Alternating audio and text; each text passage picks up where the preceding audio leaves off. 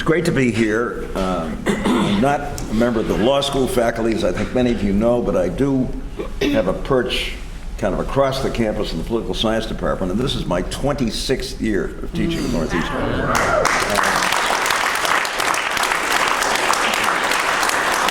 And let me tell you, it's one of the best decisions I ever made. It's really been a joy to be here. I love teaching, I love working with these young people, and don't anybody kid you, we're producing terrific young people in this country, and a lot of them coming to Northeastern, and a lot of them want to do public work, and I'm very proud of the fact that I've got hundreds of former students out there doing great things, two of whom are running for the legislature. And I had to kind of shortchange one of them a little bit today, Dean, because he wanted to come out and campaign for me. He wanted me to come out and campaign for him. That's going to be next week. And I do spend 3 months during the winter at UCLA. It's a terrible burden, but sometimes. And in any event, I have a wife who's in New England that for some reason likes California, Southern California in the wintertime more than she likes Boston. And Kitty loves going out there. And two of my California kids are now committee chairs of the California Assembly. And if you're a member of the California Assembly, folks, any Californians here? Some few. You represent 800,000 people as a member of the lower branch. So it's a great feeling. And I'm not, frankly, that. I'm not going crazy over this election because I lived through McCarthyism, folks. I remember Joe Stalin. I mean, Putin may bother you, but he's a hell of a lot better than Joe Stalin, I can tell you that. So, when you get into your 80th something year, I mean, you have a certain perspective on this, and Joe McCarthy was a lot scarier than this lunatic that's running. And in fact, I was telling a few of the folks here that it even hit me. I mean, I was drafted. And 3 days after I got in the United States Army, I was subjected to a session with a so-called personnel specialist who had a file with every single political activity that I had ever engaged in at Swarthmore College. I went to Swarthmore, which is kind of interesting. This is in pre-computer America, right? Well, I see you ran a fundraising drive for the American Civil Liberties Union on the Swarthmore campus. Yeah, as a matter of fact, I did. You were the chairman of the Students for Democratic Action, which was the student wing of the AD. And yeah, as a matter of fact, I was. I was succeeded, by the way, by a guy named Carl Levin, who was the chairman of the Senate Armed Services Committee for several years. Fortunately, I was not recommended for another than honorable discharge, which they were doing to some folks because of their association. And I went off to Korea. How do you think the Pentagon had that information? There was a tap on the Swarthmore switchboard by the FBI, and they were recording every single phone conversation that went through the Swarthmore switchboard. And in those days, no cell phones, no individual phones. And taking it all down. And who was I? This Greek kid from Boston. I mean, a security risk, right? I mean, and in those days we used phrases like fellow traveler, pinko, subversive. Remember, any of you old enough to remember, that was the vocabulary at the time. So looking back, we'll get through this. And I hope be better for it, to tell you the truth. Because my party's got some work to do as well, let me tell you. We should not be losing states and middle-class folks and all that kind of stuff. I mean, we should be doing a lot better than that. Anyway, enough from me. I should have gotten his name. Maybe he'll identify himself during the Q&A, but I was handed this piece of poetry authored by a very well-known American poet named Jimmy Carter. And it's entitled, "Progress Does Not Always Come Easy." And here it is. As a legislator in my state, I drew up my first law to say that citizens could never vote again after they had passed away. My fellow members faced the troubling issue bravely, locked in hard debate on whether after someone's death had come, 3 years would be adequate. To let the family recollecting him determine how a loved one may have cast a vote if he had only lived to see the later voting day. My own neighbors warned me I had gone too far in changing what we'd always done. I lost the next campaign and failed to carry a single precinct with a cemetery. Okay. Huh? Is that okay? Is that okay? Okay. Here's what we'd like to do. Rather than have each of these four people kind of make a speech for 10 minutes, I want Margaret, another outstanding Dukakis appointee,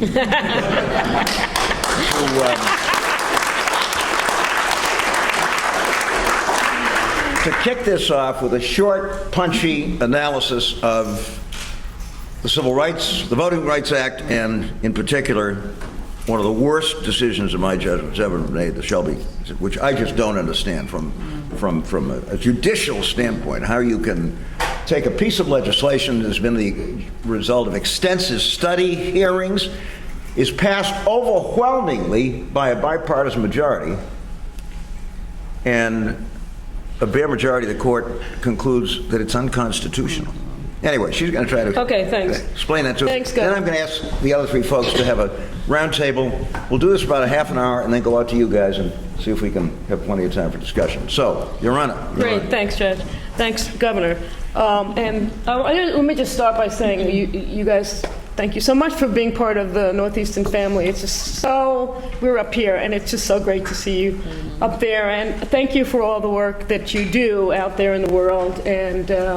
And we're grateful for it, and feel that it's very much part of what we're here for. So welcome back, folks. It's really great to see you all.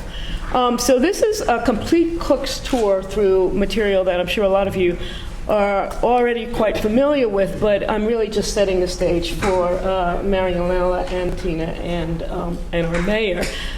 So, of course, in 1965, we get the Voting Rights Act, the purpose of which is to make clear that states with a history of discrimination are required to pre-clear before they can change their voting rules in ways that might affect minorities. In 2010, a number of states, in the aftermath of the election of 2010, a number of states, nearly half the states, passed laws that that make it harder to vote, requiring new registrations, burdens on voter registration, strict voter ID laws, and other ways of making it harder to vote. Many of these new laws were blocked by the courts, but the Supreme Court in 2013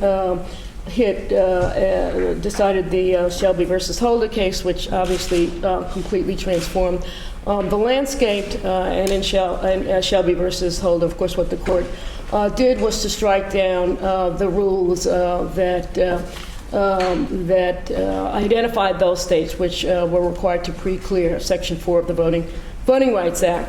Congress tried to reverse Shelby a number of times by passing legislation to reinforce the initial terms of the Voting Rights Act, but they never could generate sufficient support to make that happen. So this election, the election coming up in 2016, is the first election in 50 years without the full protection of the Voting Rights Act.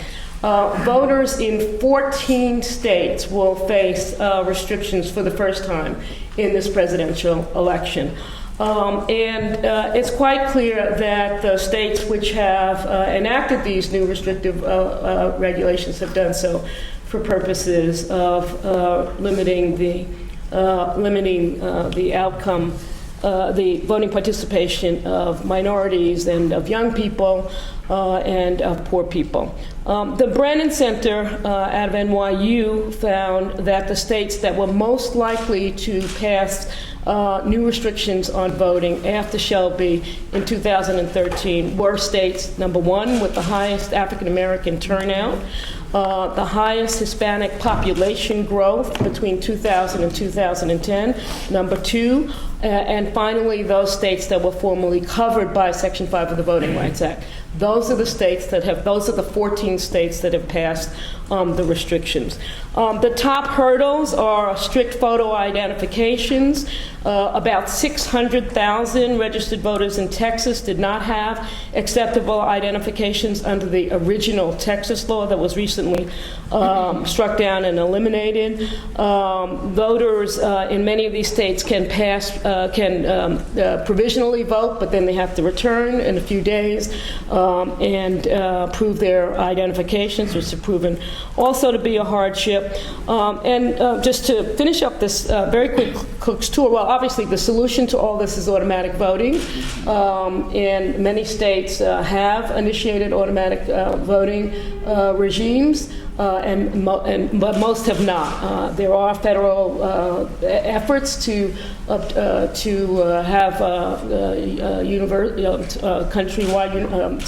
countrywide automatic voting so that individuals who are receiving any kind of federal benefits or have any interactions with the federal government might be automatically registered unless they choose not to be registered to vote.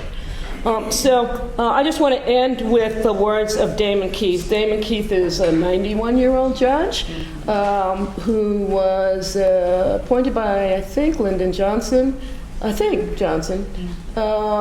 He sits on the Sixth Circuit, and he recently, the Sixth Circuit recently reviewed a voting rights case, passing on looking at voting restrictions passed by the Ohio legislature. The restrictions were, again, designed to require better identification for voters and to make it harder to cast absentee ballots, and also to limit the ability of poll watchers to help voters to cast their ballots.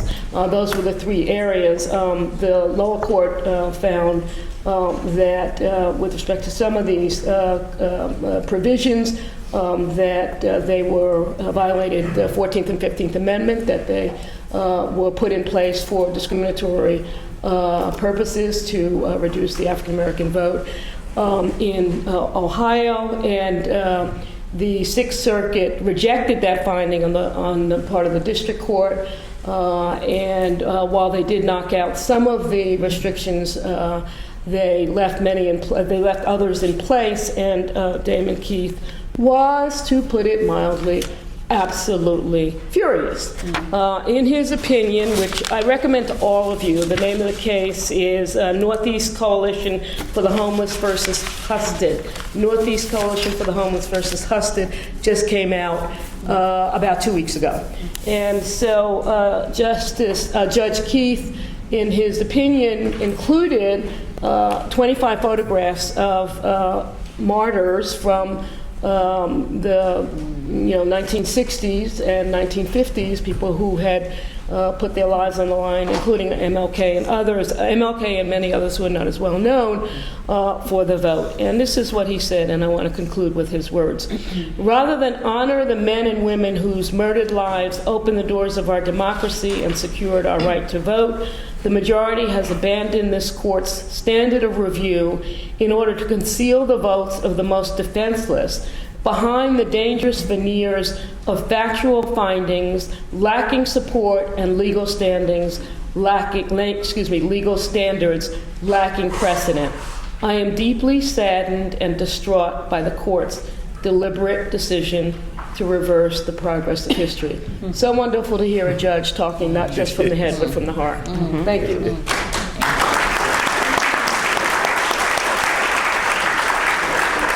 Okay, I want to flip it over to Wib, who is from North Carolina, has held elective office. So he's a politician as well as a lawyer. And he happens to be in a state which is one of these so-called battleground states, which is being fought over pretty vigorously, both at the presidential and senatorial level. Yes. Some comments. Wib. Thank you, Governor. First, I just want to quickly say thanks to Miel and the staff of the Alumni Development folks who had a great weekend and a great panel and made it wonderful to be here. So thanks to all of you all.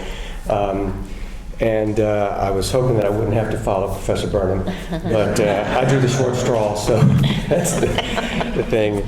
And governors, I noted to you, I was very happy and honored to serve as one of your 4 co-chairs in North Carolina back in 1988. And I went on to note that I carried my county and my region, but the other co-chairs let you down. Next time I run, he's going to be my national chairman. That's right. I'll sign up for that.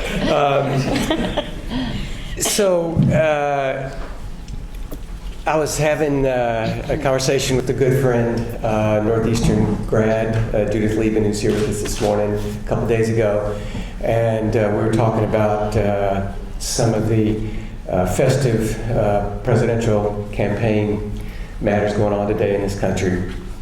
And she made a great observation, which was, although one of the presidential candidates, probably, if I said the idiot, you know who I'm talking about, has talked about rigged elections, and there's certainly nothing to what he says or why he says it. Still, I think it's really a point that we should all be concerned about in America today, that perhaps folks are in some ways trying to rig the elections in this country, and we need to pay more attention to that and continue what's been a pretty good pushback, because for the very reasons that Professor Burnham cited in her review. So North Carolina has been among that distinguished group of states, formerly under the Section 5 of the Voting Rights Act, and large African-American population, rapidly growing Latino population. A great thing for our state. I mean, it's a much more wonderfully diverse state in a lot of ways, and better for that. But also, unfortunately, it's a good example. We had a Republican majority for the first time ever take our legislature in elections in 2010, and a Republican governor in 2012. And we've seen a number, so the first line of sort of trying to rig the elections is these barriers that Professor Burnham referred to. And it's things that you know well, the voter ID laws, when we know that it doesn't just hit low, moderate income folks, it hits older folks, it hits students, it hits a lot of people that tended to vote, I guess, for the wrong party. Ending same-day voter registration, which was a real help in getting a lot more people participating in elections. North Carolina used to be 46th, 47th in terms of voting turnout. We've made changes over the last 10 years. We've gotten down to like the 22nd or 23rd best state in the country in terms of voting turnout, voting participation. They restricted out of precinct voting. They reduced the hours for early voting, reduced the number of polling sites. And my favorite is we set up this thing in North Carolina where every high school student, when they graduated, got a chance and did register to vote, because we wanted them to begin the democratic participation early. Every high school student, they ended that. And you have to say, why would they do that? Well, it was fraud. It was fraud, or the possibility of fraud.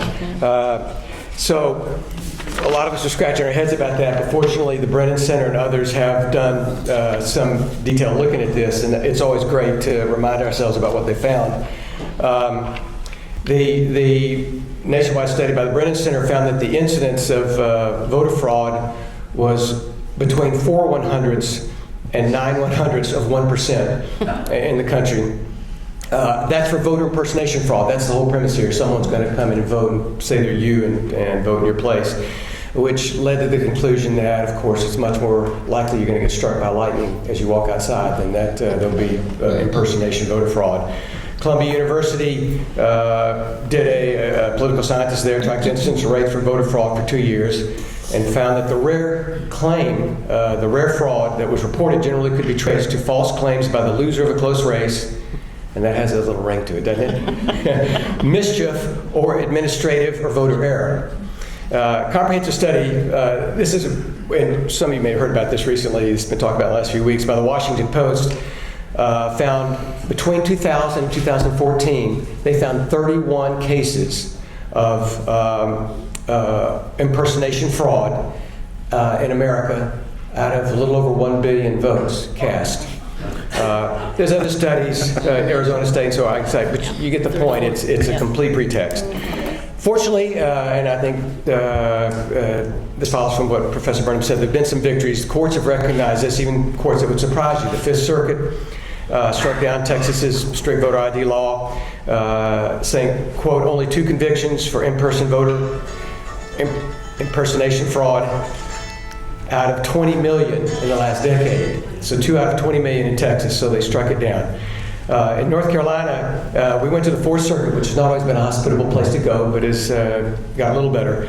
As they struck down North Carolina's, we call it the monster law that wrapped all these things into one thing. As they struck down the monster law, they said, quote, that the state officials had failed to identify even a single individual who had ever been charged with committing in-person voter fraud in North Carolina, ever. So they said it probably is not a problem.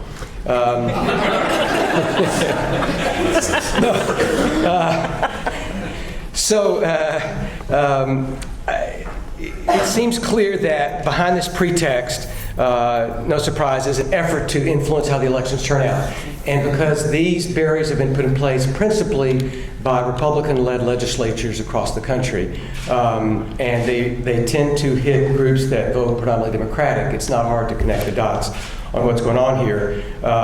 Two final comments that I think are pertinent, beyond noting the key role that attorneys have played, because the only way we've gotten relief in North Carolina and many other states is by legal challenges brought by attorneys and some wonderful groups and individuals.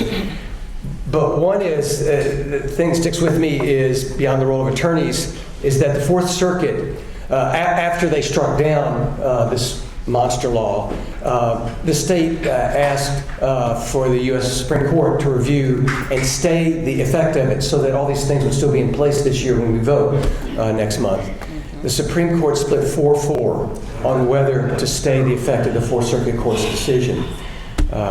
Good, that means we won't have them in November, but it underscores the importance of who's president and who we... Yeah, exactly. So the other line of attack that I at least want to talk a minute or two about this morning on rigging elections actually involves redistricting. And again, I don't think that's news to anybody in this room. You're aware of what's going on in states across the country with every 10 years, the state legislature redistricts for both Congress and for the state legislative seats. Technology, perhaps a mixed blessing, has enabled partisan majorities in these legislatures to no longer separate along county lines, not along city lines.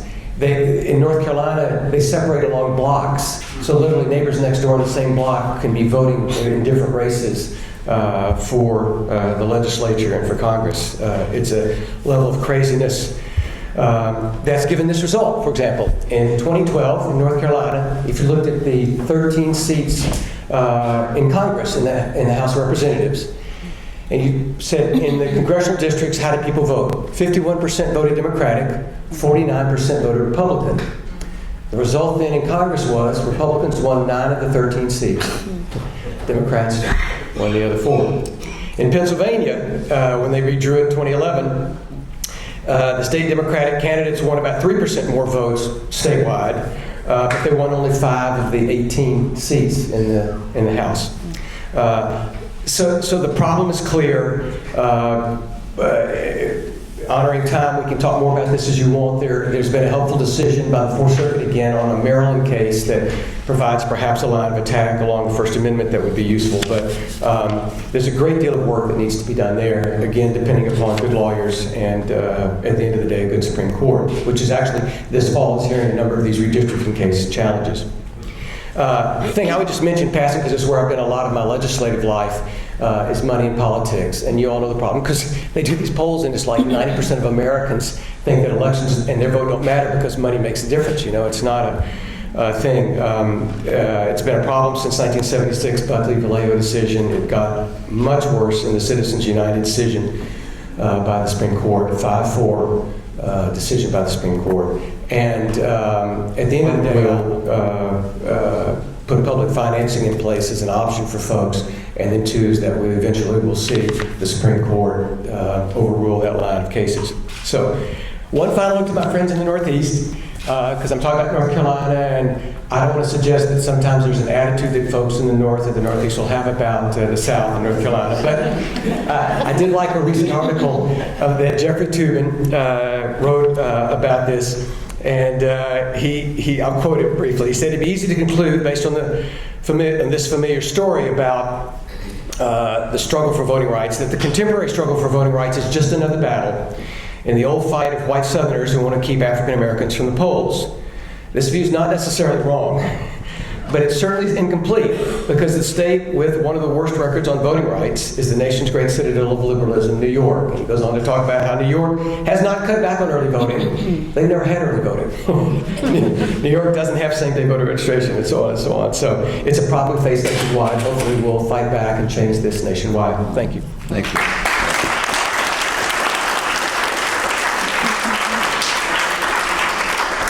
Okay. Thank you. Nina. I want to echo the thank yous of the two previous speakers, or the three previous speakers, and also really thank my class, many of whom I saw last night for the first time in just a few years, like 35. And I was struck by really the amazing work so many of us have been doing in the last 35 years. So I want to honor the class of 1981.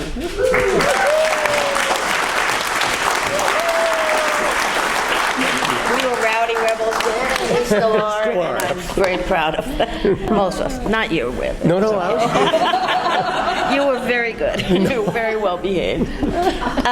In 2015, in a deposition, a Texas State Representative, Debbie Riddle, was testifying on behalf of the Texas voter ID law designed to combat voter fraud. So she was asked to give an example of what that voter fraud was, and she testified that she once had seen a Latina woman at a polling place who couldn't speak English and seemed very confused and unknowledgeable about what the election process was about. That was her example of voter fraud. Okay? This is what we're up against. And before I forget, I just saw this morning the op-ed piece in the Globe yesterday on gerrymandering, and I really recommend that people look at what the Republican strategy in 2010 was to take over state legislatures and state houses. And from there has flowed tremendous, devastating gerrymandering effects across the country.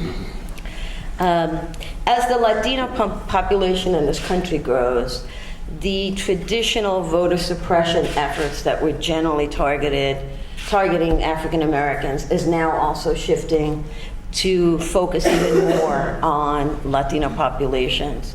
And many of those ID laws that we're seeing across the country are now proof of citizenship requirements.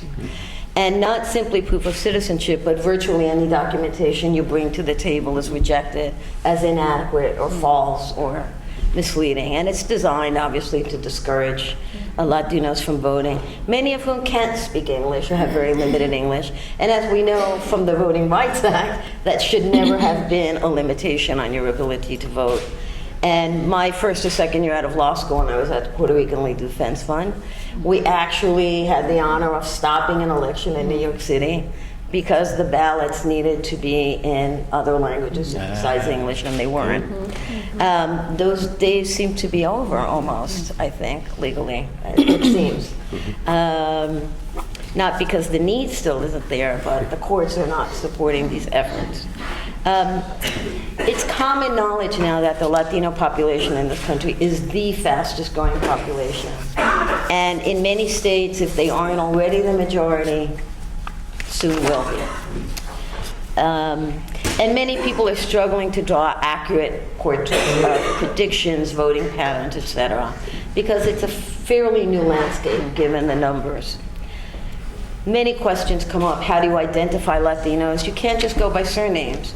We don't all have Spanish surnames. Many people who do have Spanish surnames are not Latino.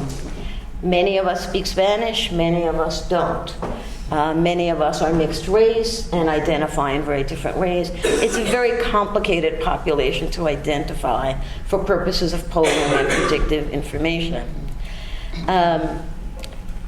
Typically, people assume all Latinos, immigration is the big issue. Well, it isn't. Many Latinos have been here for hundreds of years. Puerto Ricans are citizens at birth, wherever they're born. So immigration issues aren't only the number one issue. Despite that, we do know that more and more voter ID, voter suppression efforts are targeting Latinos as well. Again, as I said, with citizenship requirement. Consider the numbers about our population and you'll understand how important, if you want to suppress our voting power, how important the focus now is on Latinos. We're now 10% of all eligible voters. And in the coming years, it's predicted that 60% of all new citizens are going to be Latino. 800,000 of us turn 18 every year. There's a fast-growing young population. 27 million of us this year are eligible to vote. In 2010, we had a very low turnout of 31%, which was much lower than other non-white populations. However, there's a very strong feeling that this year is a sea change in that respect, and that turnout will be massive. And obviously, we will have to combat all of the voter suppression efforts.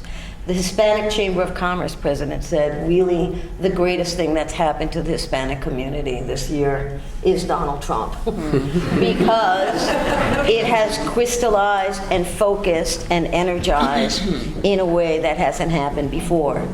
And recent polls are saying that 3/4 of all Latinos are saying, I am voting this year. 51% are saying it's because of Donald Trump. Okay, so sometimes we say in Spanish, no hay mal que para bien no venga. Something good comes out of bad, basically, and maybe this is that instance. Of the 653,000 people that became new citizens 2 years ago, 30% came from Mexico, the Dominican Republic, Cuba, Colombia, and El Salvador. Just those countries. If you add in others, you can see that the largest majority of people becoming citizens in the last few years are Latinos. In 2014, half of all new citizens came from 4 states, and when I tell you what they are, you'll understand their significance. California, Florida, New York, Texas. Guess what? That's pretty significant if we all turn out and vote, okay? 1/3 of them lived in New York, LA, or Miami. The government this year has said that citizenship applications has up 32% from last year at this time, and at almost 1 million have already been sworn in. And I can tell you just anecdotally, all the people I've worked with this year applying for citizenship have come in with one agenda. I need to vote this year. And it's people who have been here with 30 years with a green card to people who are just immediately eligible. Everybody understands the significance of this election, not just the national one, but obviously that goes to the forefront.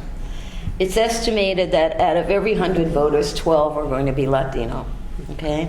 Similarly, the economic, I say the destruction of the economy in Puerto Rico that has happened is also going to have a profound impact on the presidential election here.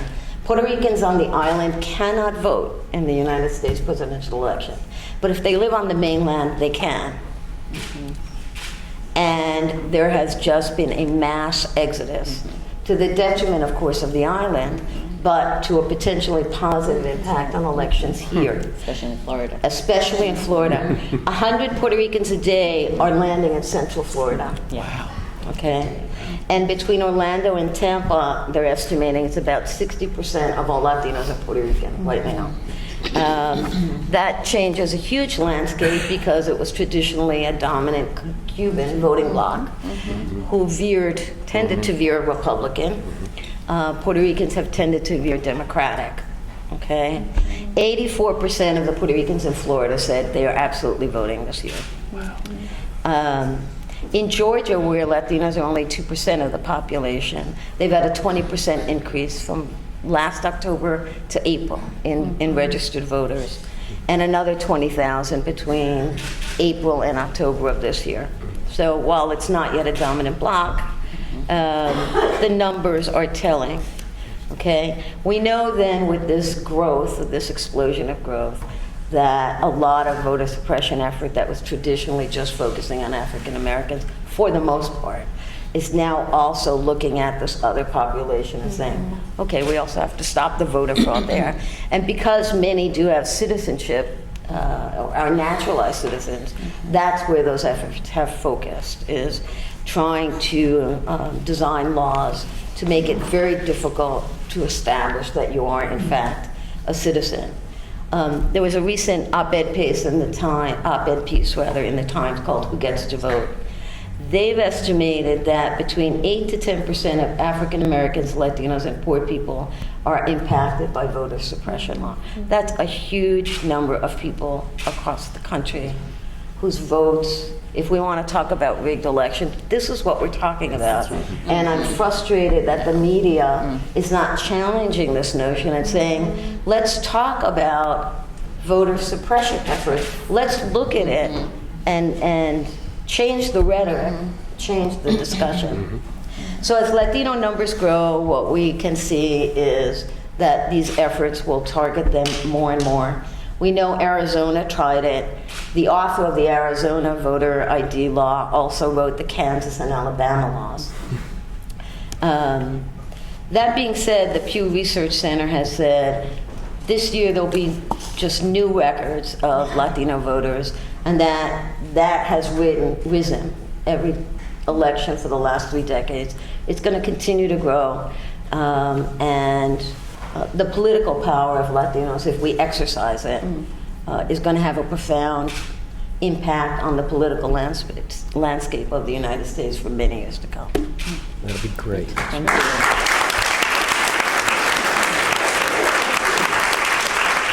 You know, there's one other interesting twist to this whole ethnic thing. For reasons nobody can explain, the Greek and Spanish accents are identical. Even though the languages are different. That's right. Yeah. That's right. El acento Yeah. griego y el acento castellano son casi idénticos. Exacto, sí. Exacto. And I just Muy fácil. learned that So I'm available. I'm available. Oddly enough, brother-in-law is the same term in Greek as in Spanish, cuñado. So a Greek friend of mine just told me. Exactly. So lots of similarities. So there we go. Fotografia, you know. Lots, yeah. So, lots of roots. and we passed, Yeah. right? Yeah. Remember, there was a column in Miami Herald when I ran for the presidency saying, we've been waiting for a Hispanic candidate. We finally get him, and he's Greek. Anyway. I told you we can't just go by surnames, That's right? right. Well, buenos dias. Thank you, everybody, for being here on a Saturday morning. Greatly appreciative to Liel and Stacy and everyone who contributed to planning this wonderful weekend. And as a naturalized citizen, one of the things I was thinking of when you were speaking, Governor, is I'm actually a Northeastern double. I was undergrad as well as law school. I went to undergrad because I thought I wanted to be a drug enforcement agent, a DEA agent. So I went through the criminal justice program, and fortunately did an internship at Governor Dukakis's legal counsel, and I became a naturalized citizen during that time. And the team was amazing. I actually had a big cake with the U.S. flag and a celebration at the State House, which was a wonderful way to feel welcomed as a new U.S. citizen. That unfortunately influenced me to become go to law school eventually. So very grateful for your team back then. So I'm going to try to keep it short because I do think there's such a rich discussion, particularly because of the moment that we're living in. And when I think about this conversation or yelling match that we're having in the country right now about rigged elections, it's a reminder that this is all about race and political power. And so let me just share a couple of points about why that's the case and what the implications of that are for the future. So 2 Fridays ago or 3 Fridays ago now, there were some videos that exposed some misogyny, and that night what Trump did instead started talking about rigged elections. And if you go back and look at the press coverage of this, that's when he first started talking about quote-unquote undocumented immigrants. That's not the term he used. He used the I word. But he talked about undocumented immigrants are voting, and that's when he really started talking about the rigged elections and all the voter fraud that might be happening. You heard already from WIB, 0.0004% is the likelihood of fraud in this country. that was both a distraction from his misogyny, but it was also a way to tap that energy out there by folks who've been emboldened through their white nationalism, nativism, etc. Second, I would say, and when you were speaking, Margaret, you reminded us that in 2010, this set of voter ID laws started. In 2010, we at the National Immigration Law Center sued Arizona, Utah, Indiana, Georgia, South Carolina, and Alabama. And the reason for that was because of the state anti-immigrant laws. Well, and Tina just mentioned this, guess who authored both the state anti-immigrant laws and the voter ID laws? The same person, Chris Kobach, Secretary of State in Kansas. It is not a surprise, folks. This is part of the blueprint. As the changing demographics of our country turn beautifully colorful and diverse and rich, there are some folks in our country who are afraid of that. And it's that changing demographics that really is fueling what seems to be two dispersed efforts of an anti-immigrant agenda and a voter suppression agenda, which is partially and primarily targeting people of color and also, very much entrenched in our anti-blackness in this country and the history, the shameful history that we have in our country on that. And so it's not dispersed at all. It is very much a very targeted agenda against the growing communities of color. 2016 actually will be the most ethnically and racially diverse electorate year. On November 8th, 1 out of every 3 voters is going to be a person of color. Just think about that for a moment. This will be the first time 1 out of every 3 voters will be a person of color that is African American, that is Latino, that is Asian, it's other communities of color as well. And as you heard from Tina as well, the growing numbers of Latinos, especially young people, right? 18-year-olds, every 30 seconds a Latino turns 18. Okay? 93% of Latinos today are born in the United States, but when you keep in mind, for example, that the Asians are the fastest growing immigrant group, and that we have a situation right now in the country where we have a growing disenfranchised group of people who are aspiring citizens, who want to become citizens, but that there is no legal way to become a citizen through our dysfunctional immigration system, which I would argue is dysfunctional by design as well. One of the things that's happening with that, comes back down to, again, race and political power. And I'll just close by saying that I was reminded of this very clearly, and at least he was very candid about it, Senator Cornyn from Texas on an NPR interview, who basically said, actually, Democrats and Republicans are not that far away from each other on immigration reform. This is legislative reform, and the problem is Republicans don't believe in a path to citizenship. They can be here legally, they can work in our fields, they can work in our low-wage industries. We just don't want them to vote because we don't want them to have political power. That's what it's about. Okay. Wow. Okay. Thank you all very much. Terrific. Comments, questions, ideas, suggestions? Yeah, tell us who you are and where you're from. I'm Karen Yao, class of 1996. The New York Immigration Coalition, and I was formerly Governor Dukakis' student. They're everywhere, folks. Welcome. That's good. I have a comment and a couple of questions. A comment is, I think all of you have talked about intentional tactics of voter suppression, but I think there are also unintentional ones, or not as overt tactics, right? As we talk about suppression of immigrants' voting strength, United States Citizenship and Immigration Service have failed to sworn in those who have applied for citizenship, right, with the expressed desire of being able to vote this year, right? That was a huge report that came out in September by the National Partnership for New Americans. And that's not the Republicans, right? That's a Democratic administration's executive agency, right, that failed to plan, that has perhaps unintentionally added to this problem. The 2 questions I have is a follow-up to what Mary Elena said. AAPI is not the fastest growing group of voters, but it is the fastest growing group of immigrant groups. How are we doing? What are we doing to engage the very, very diverse spectrum of this group, right, in this democratic process, and perhaps encourage them to really be naturalized and become part of this electorate? The second question I have is, November 8th is just around the corner, but the native is... Oh, hello. The native is... It's just a little Spanish, thank God. Go ahead. Was a long time coming, right? You know, Mary Elena talked about the state legislations in 2010, in 2010, and earlier. It reminded me that the know-nothing points, right, that came to prominence in the early 1800s really came to strength by 1830s, disappeared as a party in 1840s. But the Chinese Exclusionary Act didn't come about until a series of legislations in the 1880s, right? You know, now that the genie is out of the bottle, what do we do after November 8th? It's a good question. Both good questions. Who wants to pick up? Ernie, you want to start? First one, yeah. Thank you, Karen, and thank you for all the 1996 class members who are here today and this weekend. So I actually, in terms of the question about API voters, particularly Karen, I think it's an important question. I actually think we're failing as a country.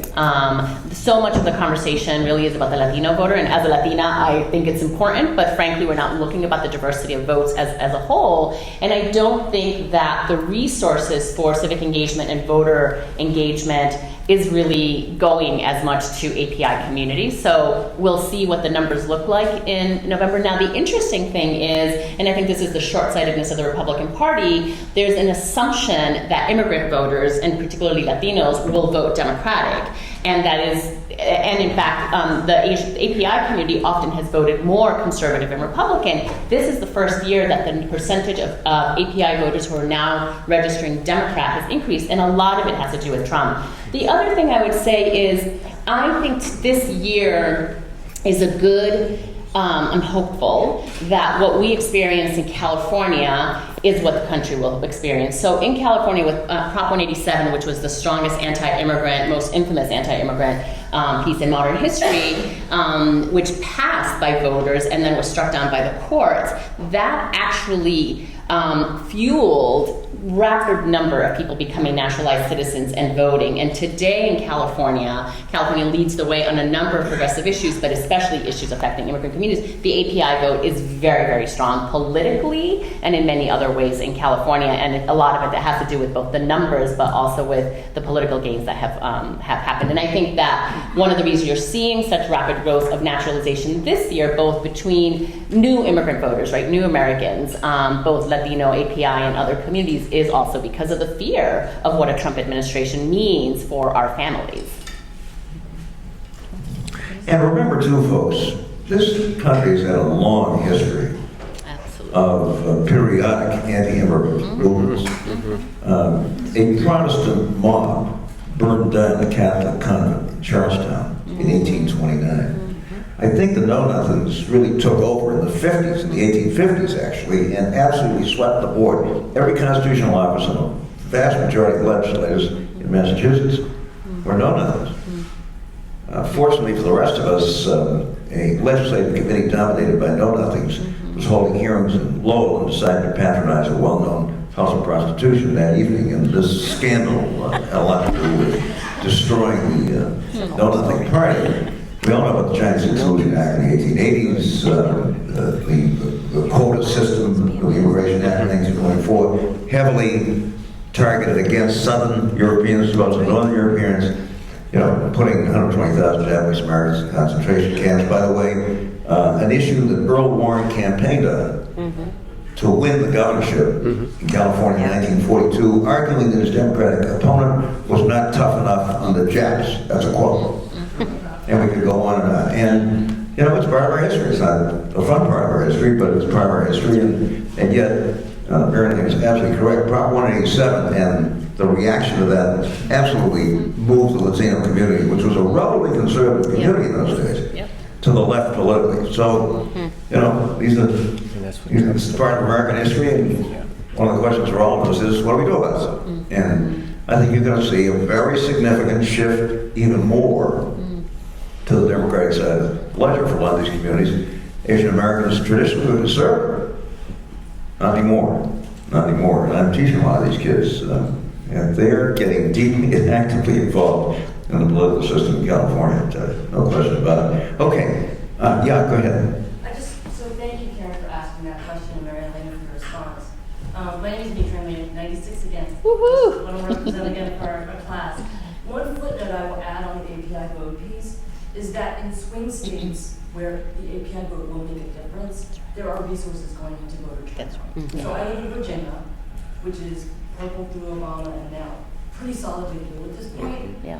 And I do see resources going into API turnout, which is making a difference. So there are some targeted efforts at that, but I agree with you, Mary, that a lot more to be done. And so to back up, I also had a question, I think for the whole panel, but for Governor Dukakis and women in particular. I've noticed over time, and looking at state legislatures, that there has been a decline in, there's been a decline in voter. I mean, in many states, you've seen they're not running for office, they're not getting elected to office, and I wonder how this impacts all of the suppression efforts that we're talking about. I mean, I know when I work in access to justice issues with state legislatures and then in the chambers, U.S. and Senate, it's not a partisan issue. Democratic and Republican lawyers who are in the legislature are very friendly to increased appropriations for civil legal aid programs because they understand the rule of law, access to justice. So my question is, what is behind that trend? What do you think? I was going to say, of course, there's parts of the U.S. population that don't see any problem at all with fewer lawyers in the legislature. I mean, there's that out there. My sense of it is, at the state level, state legislatures, most of the states are probably like North Carolina, not all, New York, and this, California's professional, New York is, but it's seen as the citizen legislature as it is in Virginia, and it's just this crazy notion that come in, if you're very involved with the legislature, it's full-time or more, but by the way, we'll pay you $30,000 a year. Well, you got to do something else. You got to economically, and so for me, it was an economic decision to stop. And as I've looked around, that's been the same decision for a number of my other legislator colleagues. And if the state legislatures are sort of the farm team for who goes to Congress and who goes to the U.S. Senate, then it has that effect going up. And I just am very happy that you've made, I think, a very insightful observation, because the impact really is both not just on who votes and participates in democracies, but about our court system and the adequate resources for it, and really a sense of what are fundamental rights in America, constitutional rights, and how are we going to respect them. Governor? Any thoughts about that, Martin? Interesting enough, we'll get back to it.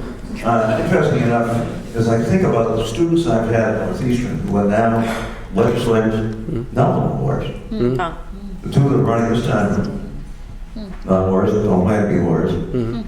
It could be a good thing. If there's a majority. Yeah, it's current independent. Yeah. Right? I hope so. Yeah, they've said that. And he's a pretty good guy, isn't he? Yeah. Oh, yeah. Okay, who's that? Pretty good guy. Yeah. Bob Crabtree, 76.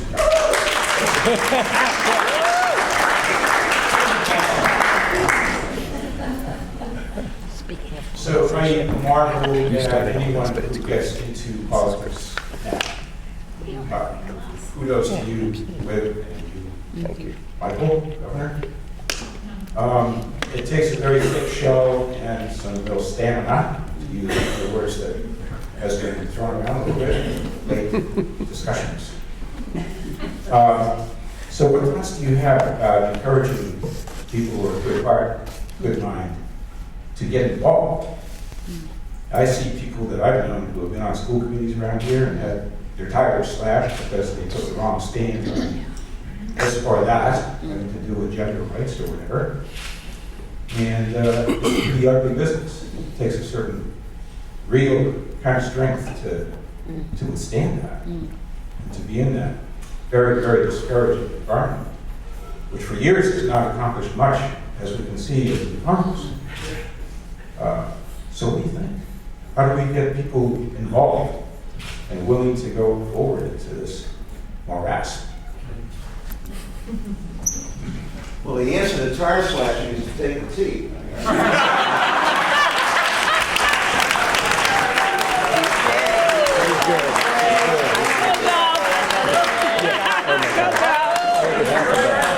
I gotta tell you folks, the young people I'm working with around here also be afraid of the system. And I say to them all the time, this is the most open political system in the world, and it really is, folks. When you think about it, not in case anybody's running, not to pass a test. You want to run, you run. I mean, who was I? You know, this kid from Brooklyn. The town. I was kind of the ethnic curiosity in the legislature. How did a Greek kid get elected from Brooklyn? Wasn't Jewish, it wasn't Irish. And when I met somebody, I remember I was campaigning on Beacon Street once at the legislature with a heavy Eastern European accent. Like, you know, we get into a mode where you shake hands with a fire hydrant. I am Mario, kind of my vote. Very heavy Eastern European accent. She said, don't worry, I always vote for the Jewish candidate. What do you do? It was a terrible ethical dilemma. Well, I said, I couldn't. So I said, well, I'm not sure if my wife is. That's great. I went home, I told Kitty. He said, well, how did you reply to her? I said, I figured I better get out of there before you have to go what you do about the kids. What politics is something as much fun as ever had. I'm serious.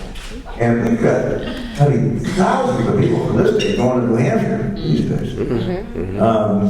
And lots and lots and lots and lots of young people, folks, are getting into this.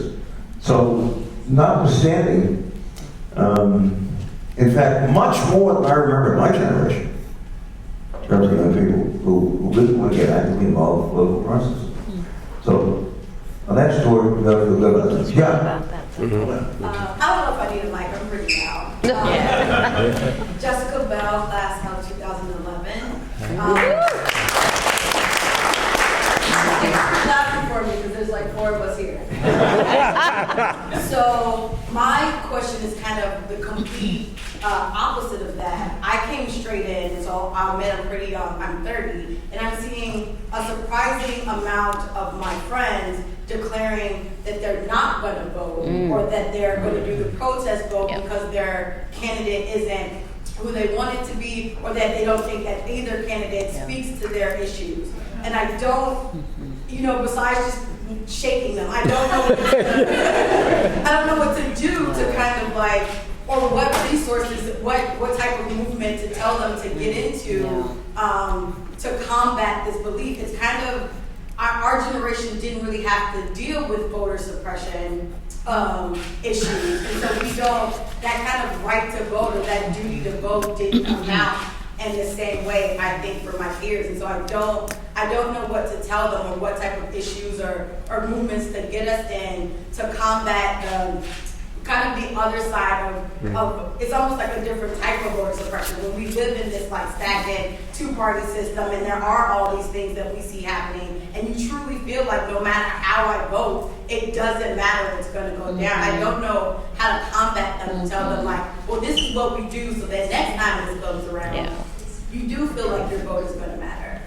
So like, what can you speak to that? Tina, what can we do? First, are we going to get a lot of that? My sense is... Anecdotally, I think yes. Well... I think yes.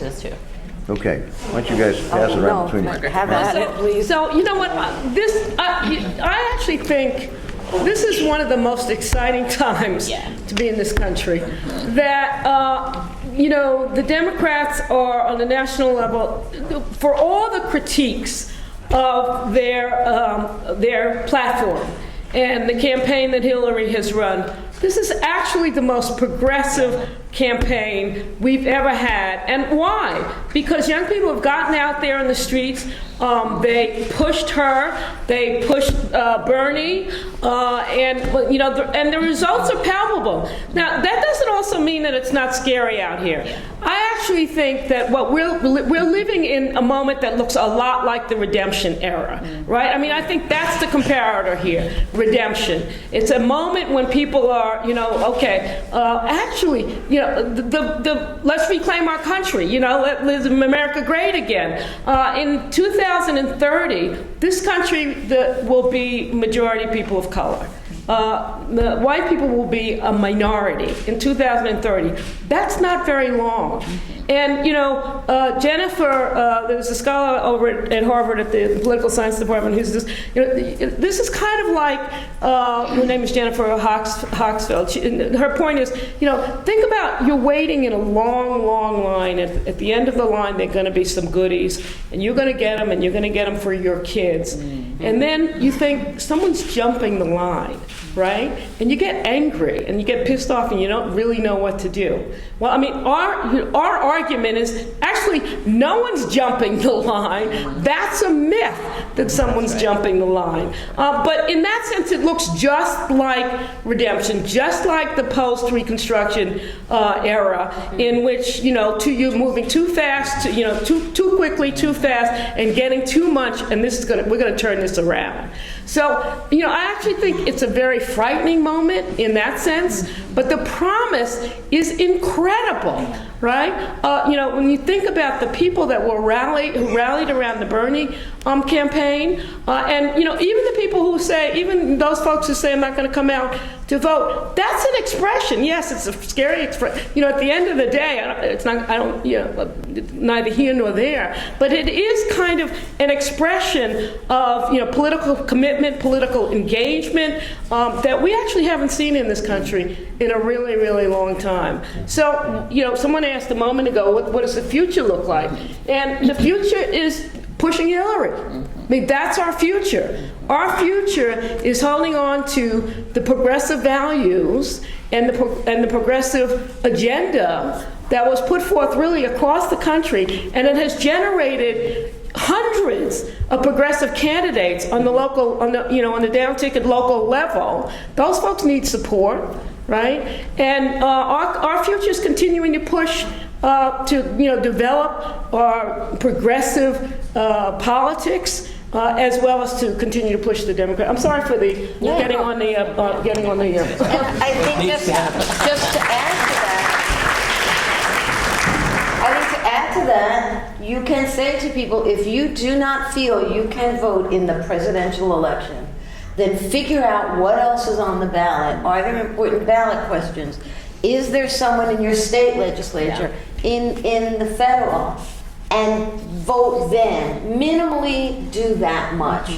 Because if you don't have, we've seen what Obama has had to struggle against in Congress.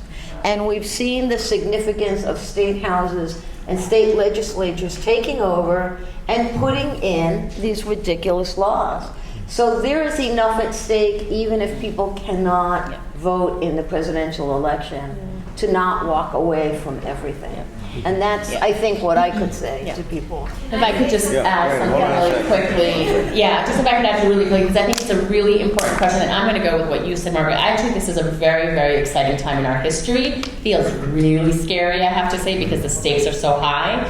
I will point to two things. One is the reason so many young people, particularly people of color, feel they aren't inspired and aren't interested in voting is because the Democratic Party has taken for granted, you know, our previous generations, including right now, an assumption that Latino and Black and young API individuals are going to vote for them. So one of the things that's really important about this election is we're going to come out of it with some very serious questions for the Democratic Party, and I agree,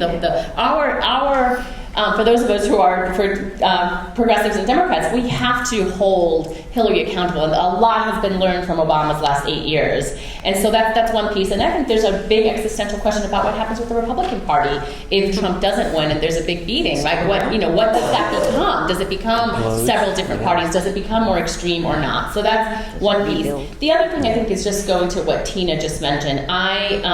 every conversation I have right now is about the elections. And last weekend in LA, I was getting my car service. I talked to two young, a young Latino, Chicano, and a young black lesbian woman. And both of them were like, absolutely not voting. This isn't about me. It doesn't affect me. And as I started talking to them about what was happening in their life, by the end of a 20-minute conversation, I registered them to vote on the spot.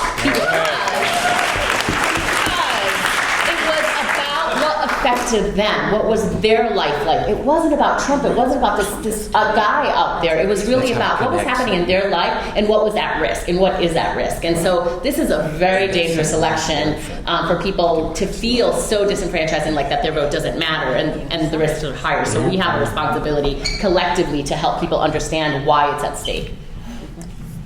I may be crazy, but if I know anything about presidential politics, I'd be here in another capacity. So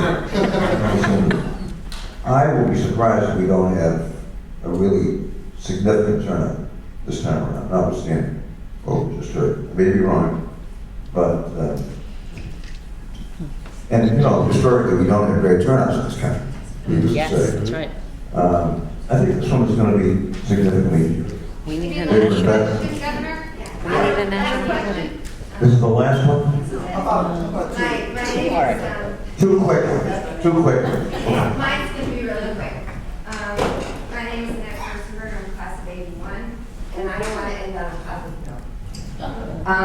I think this is a very dangerous election. I have a particular sensitivity to it because I'm a child of Holocaust survivors, and I see everything that's going on as a subterfuge to hate. And I think that is the main reason to go out there and vote. Yeah. You know, my own son, you know, feels disenfranchised, but he's going to vote because there's no way in hell that we want Trump to be president. I think that he is giving a voice to hate, to fear, to white supremacy, and I think that more than any other reason is reason to go out there and not do his job for him. We all have a stake in this, and I think that I'm not so positive about our country. This is the scariest time living here, and I'm a naturalized citizen. I was born in Israel, and it's the first time I'm embarrassed to be an American, and I voted for you, and damn it,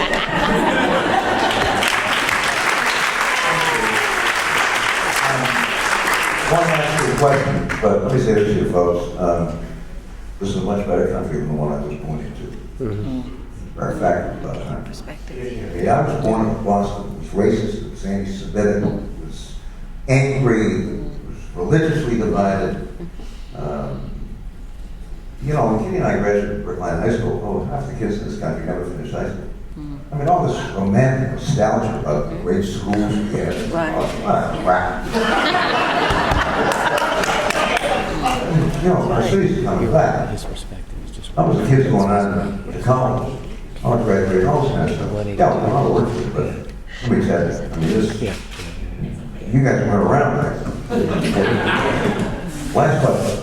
Actually, it's the last comment here, so hopefully we'll wind up on a real positive note here. And Governor, I'm one of those Latino kids that has a Greek name. I'm Marmoleños and from the class of 81. I actually had the good fortune after I finished here in 81 of going to work in the Department of Justice, where I was assigned to the voting section to enforce the Voting Rights Act, where in fact I worked for about 14 years doing so. This is a terrific conversation that's really going on, and you've all done really a terrific job of putting everything in context in terms of what's going on. One of the pieces that the Shelby decision as well gutted and took away the authority of the Department of Justice to be able to monitor polling place activities on election day, which has really been a real critical piece of the law enforcement arm of the department and of the Voting Rights Act to be able to accomplish its mission. We were assigned to monitor polling place activities throughout the country, but primarily through the South, the jurisdictions that were covered under Section 5. And I can't tell you the number of times that just by being present in some of those jurisdictions, we were able to at least keep those that would intimidate voters from voting and from receiving assistance from coming into the polling places. And that's true just about all over in the old Confederacy there. I think that's one of the things that we're all going to have to fight for as a legislative change. And I really am thankful that a place like Northeastern has been training some terrific progressive lawyers to be able to do that. I think we need to take it on in two different ways. We need to take it on by challenging all of the discriminatory practices that are out there. Lawson was asking whether in fact Section 5 could be applied to the entire country. Part of the debate was part of that because some people actually wanted to gut it by saying, well, let's apply it to everybody. But everybody didn't have a history of discrimination, of disfranchising, particularly African Americans. And that's why it was limited to states under a formula that applied primarily to the South. There is a part, Section 2 of the Voting Rights Act, though, that prohibits discrimination countrywide. But we need a lot of good lawyers. We need a lot of good centers to take on some of those challenges as they come about. So I am really thrilled to know that you all are, hitting the buttons in the right place, that we're all engaged, and I just encourage all of you to really go to the polling places as well, because the other side has been telling their folks, go over there and monitor election day activities as a way of intimidating people from turning out. We need to do the same on the other side. People need to go there, and we need to monitor all of that. But we also need to get the government involved in part of this again, in order to be able to do that, because that's a way of course, getting information, getting evidence and everything else, as well as deterring, particularly in areas that have had a history of discrimination, some of the very election officials from undertaking activities to intimidate and deter people from voting. I appreciate it. This is really a great conversation that needs to continue.